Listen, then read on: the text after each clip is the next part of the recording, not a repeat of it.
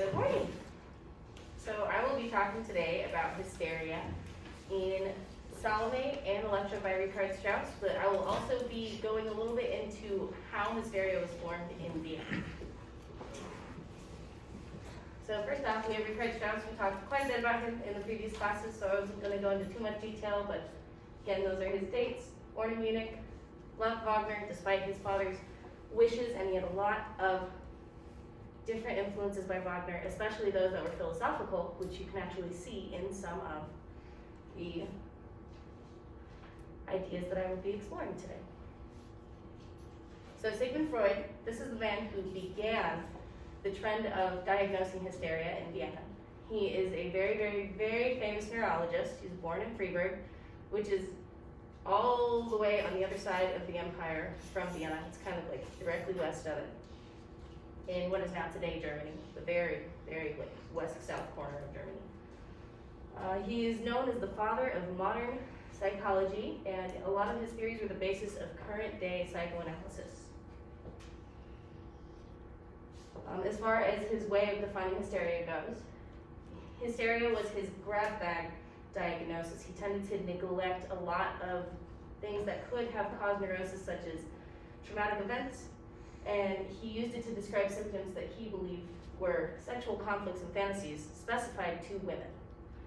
So different female-centered afflictions that you could have as a symptom could be sexual desires of the will, again seeing his relations to Wagner's philosophies, gender envy, and obsession. He had an emphasis on the sexual nature of female neurosis at the core of the fin de siècle Vienna hysteria diagnoses that he would give out, so to speak. There are a couple of different texts that talk about how his roots as a Jewish man link him to typical Jewish gender constructions relating to females and their sexuality. He wanted to study medicine rather than law, and one of the texts I read quoted him saying that he didn't feel as though he was qualified for a life of political activism as a Jewish man, and that the field of medicine was more suited to who he was. And one of the texts by Estelle Roy, you'll see it on your papers, it's at the very bottom in a footnote.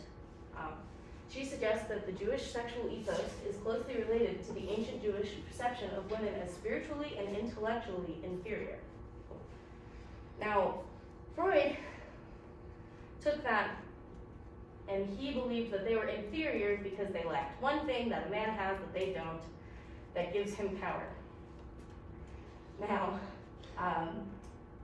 he would say that women are even envious of this item that they're missing, and that as a result of their deficiency from birth, they were intellectually handicapped, morally deficient, envious, and incredibly vain, which we will see in our lovely, lovely characters, Elektra and Salome.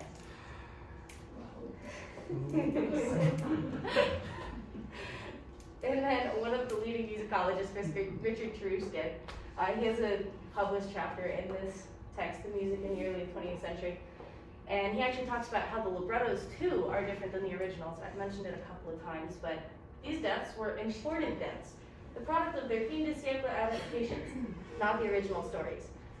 Now, especially in the case of Salome, I think we can make a case for, the desires of the will, the only releases death.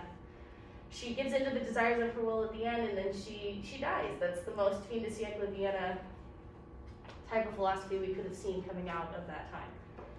And then he also talks about how it's kind of ironic that hysteria, a term that is meant to, in Greek, mean uterus, is ascribed to aggressive male behavior, but it's made to look stereotypically female by the way that they diagnose it, because only the females receive these diagnoses, but it's based on male typical aggressive behavior, which I'll go into a little bit later. So, Salome and Elektra obviously exhibit some of this aggressive behavior that would be typically male. It's ascribed to female characters, and I personally believe that society needed a cause for this typical male behavior on a female, so what they did is they normalized it in order to feel as though it was less uncomfortable for them. Because, if every single female that's hysterical has things that would typically be in a male, society would be a little bit uncomfortable with that at this time. They were not very open to crossing gender roles or anything of the like. So Salome, we've already looked at quite a bit. I'm not going to talk about it too much, but I have a plot summary for you here. Obviously, she's surrounded by sexual desires. She's at this party. She goes outside. She's in love with Johann, or John the Baptist as he's called.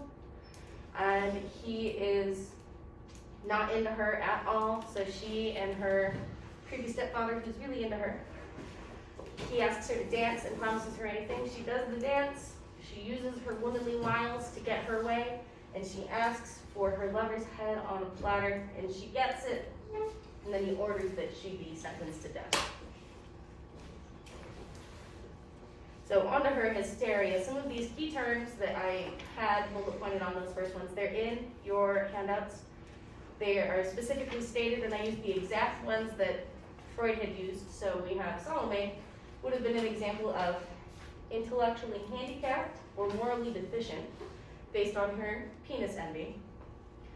Yes, the way she asserts her dominance over other characters, the way that she's demanding that they do what she says when she's talking to Nerebath and not asking him, but demanding him to let John the Baptist out so that she may see him and love him. She takes what she wants. She uses murder as a means to obtain what she wants eventually in the end, which is also quite aggressive. It could be seen as a female trying to assert her power out of a place of envy, since she is trying to convince the guards, who are not only men who would be considered powerful over her, but even men, their soldiers, would be powerful over her. She is asserting her dominance over them, like there's no tomorrow in these opening scenes. It is quote-unquote morally deficient, I believe, to request that someone be murdered for your personal gain, or possibly for a female to use her body in a sexual and public way to achieve her desires. Now that I don't believe, but I definitely believe that Vienna did. She complains that men stare at her, yet she uses that attention to her ultimate desires, and she can be viewed as vain in that sense as well if we were really trying to split hairs. And on to her masculine specific desires, I would say, her obtaining her object of her lust and committing an aggressive act, so aggressive that even a man who has been ogling his stepdaughter believes it's too much. The typically masculine things that she does, tendency to hyperfixate on her sexual desires, using manipulation tactics to achieve sexual desires, and making demands to have your needs met. Because in society, back at that time, women didn't really have a voice or power in their interpersonal relationships, so it would not have been common for a woman to have done any of these things. And now we have some of these. I don't know if this is going to That one might be up already. Oh. You have to escape the presentation. I'm going to hit end show. Oh, it is up already, my bad.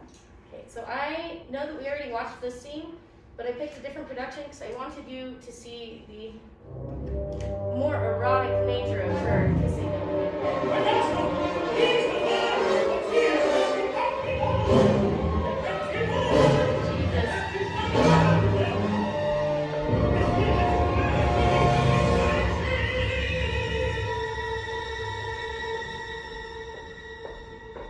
and some kiss. Never been a long one. Very, very, very long one. She's still going. Ah, there it is. I know that we watched the build-up and how she could have been seemingly quote-unquote insane. I'm gonna leave it dark for the second one really quick.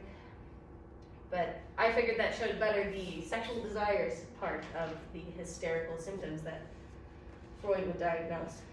You might have to go back to present mode in order to do that. Oh, you've got another trick. Okay. Mm-hmm. Right, and then this one is just a small example of the veil of the seven. I'm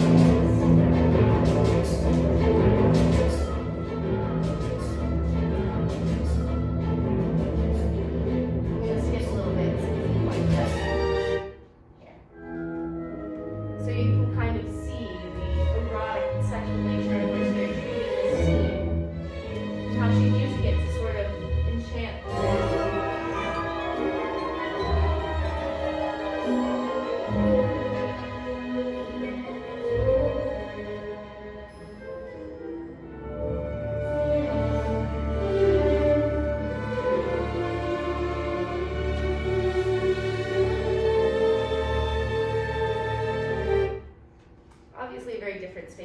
would see with the opera itself.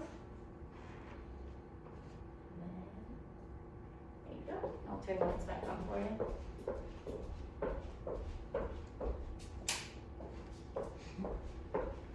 So I touched on Salome just briefly because I know that we already did so much work on Salome this semester, but Elektra, the other opera I'm looking at, we have not looked at too in depth, so here it goes. Elektra, basically it's the story of a princess whose mother murdered her father so she could be with her lover, and now she is absolutely obsessed with her mother's, bringing justice to her mother, so to speak, in the form of her mother also being murdered. So it starts out, you know, the maids in the home are talking about how Elektra's this big monster, she's treating them horribly, she's absolutely the worst. And then Elektra comes out looking homely and neglected and abused, singing about how she's missing her father and how come they had to kill him and I am aching, I am in agony. So, you know, whose picture do you want to listen to? The maids, she's awful, she's treating us wrong, or oh, maybe she's being treated wrong as well. There's two sides to every story. Obviously, her mother and her lover are still around, and, not Salome, Elektra has a ritual. So, Elektra's mother is struggling. She's having dark dreams where she, dies, and her soul is being released. And she comes to Elektra for help, and Elektra says, I have just the cure for that. She's like, you need to make the right blood sacrifice. And she goes, what is it? When? Tell me. She goes, oh, it's you. You need to die. That will fix it. So, Elektra is talking about this, and I actually have a clip of that scene coming up for you. And she's waiting for her brother to come back home. He's disappeared, he's gone. She's waiting for her brother to come back home and murder her mother, do justice as justice should be done for her father. Then she finds out that her brother is dead. Someone comes in and announces he has died. So that sucks. And she starts imploring her sister, Chrysopolis, to help her carry out the murder herself. She's like, it must be done. It cannot be left undone. Just because our brother is dead, we must do this. And her sister is kind of the counterpoint of the chaste, beautiful Vienna woman who could never do any harm. We should not, Elektra. And she keeps backing up, and Elektra is aggressively pushing her up against a wall, trying to get her to agree. But the arrest ends up coming back anyways. It was all a ruse to make them feel safe, and arrest eventually does murder the mother and her lover anyways. And Elektra is found dancing, and she, does this final dance move and just collapses on the ground, and she's dead. She's gone. And one of the texts was describing this as she had this superhuman hatred that was the only thing giving her the will to live. Because she talks about her mother and her sister as if they're gods, deities, makes jokes about it ironically, but they're seen as supernatural characters to the audience. And that includes Elektra herself. Even though she mocks them for being deities, she's technically supernatural herself because she shares that same supernatural blood. And so there's that. So for her terms of hysteria, by Freud's guidelines, I would say she falls under the obsession and moral deficiencies. Obviously, moral deficiency would be wanting the death of another, because no matter what the crime is that they've committed, death is not a punishment that you can just privately want to bestow upon them. That is not how that works, morally anyways. She's obsessed with revenge. And she's obsessing over getting it done, who's going to do it, how's it going to be done as quickly as possible. And I have the superhuman hatred put in here as well, but the fact that her hatred could be so concentrated that it's the only thing keeping her soul attached to this universe would be grounds for obsession in most cases. And the releasing of her soul is when she collapses. As far as her masculine traits, going back to the Taruscan, her obsessive dialogues about murder could be considered more of a masculine aggression rather than a female aggression. She's consumed by the idea of her mother having death, trying to convince her sister she's having a very aggressive moment, which you don't typically see in females at this time. It would usually be men who would physically advance on somebody rather than the female. She becomes closer to her sister, trying to hold her down. And of course, we have our counterpoint, as I described earlier. She's the typical female, and Elektra is the aggressive, hysteric female that we would see in Vienna at that time.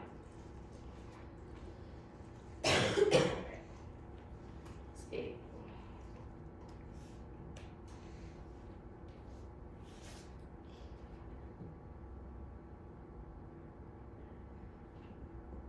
And this is the London Symphony with Valerie Gergiev. And I'll let the name of our lovely Elektra. So we'll start with the scene where she's talking to her mother about the sacrifice. So the one with the cap on is Clemenza. The next one, and that's Elektra.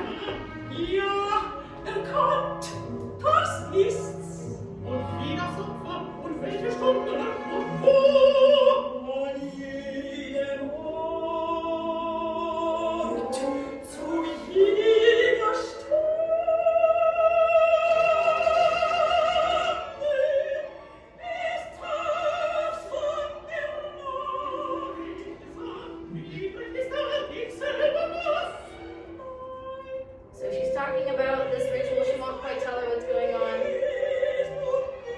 And then we finally get to the part where she tells her whose blood it is.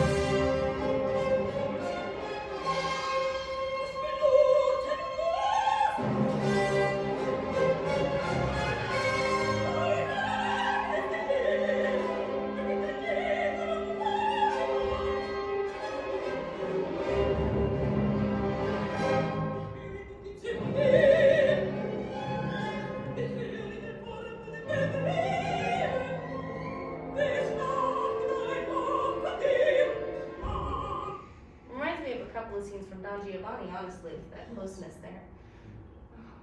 107, and then here is where she starts advancing on her sister. And we see her sister resisting, of course, as delicately as she can.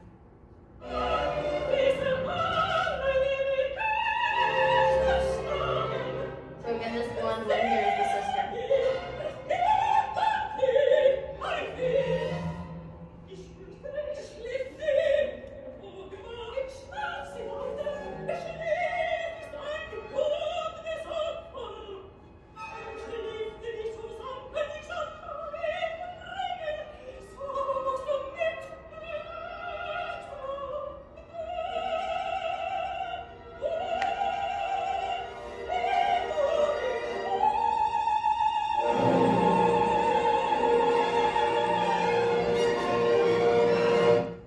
Obviously some high levels of discomfort from the sister here that we're seeing. Just a little bit. And then I also wanted to show you a little bit of the ending where she is dancing around. Because her soul has finally been liberated by the murder of her mother and her lover's lover.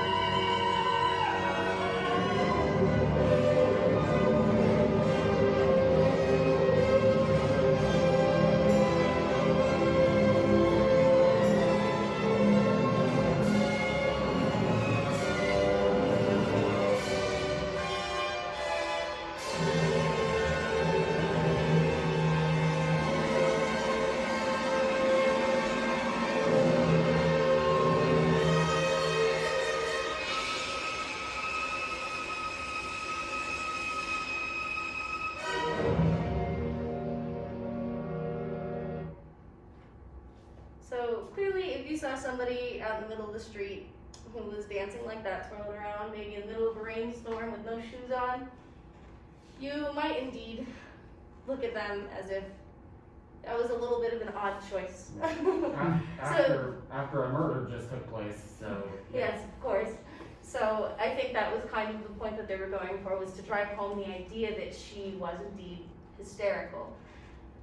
So here are my conjectures about what really caused these women their turmoil, because I do not believe that hysteria is quite the diagnosis they deserve. I believe for Salome, likely the result of disturbed interpersonal relationships having to do with being a young woman, maybe 13 or 14, constantly being sexualized by the men around you, including people who should be nurturing figures to you. Sounds like something that would traumatically affect a woman, a young woman.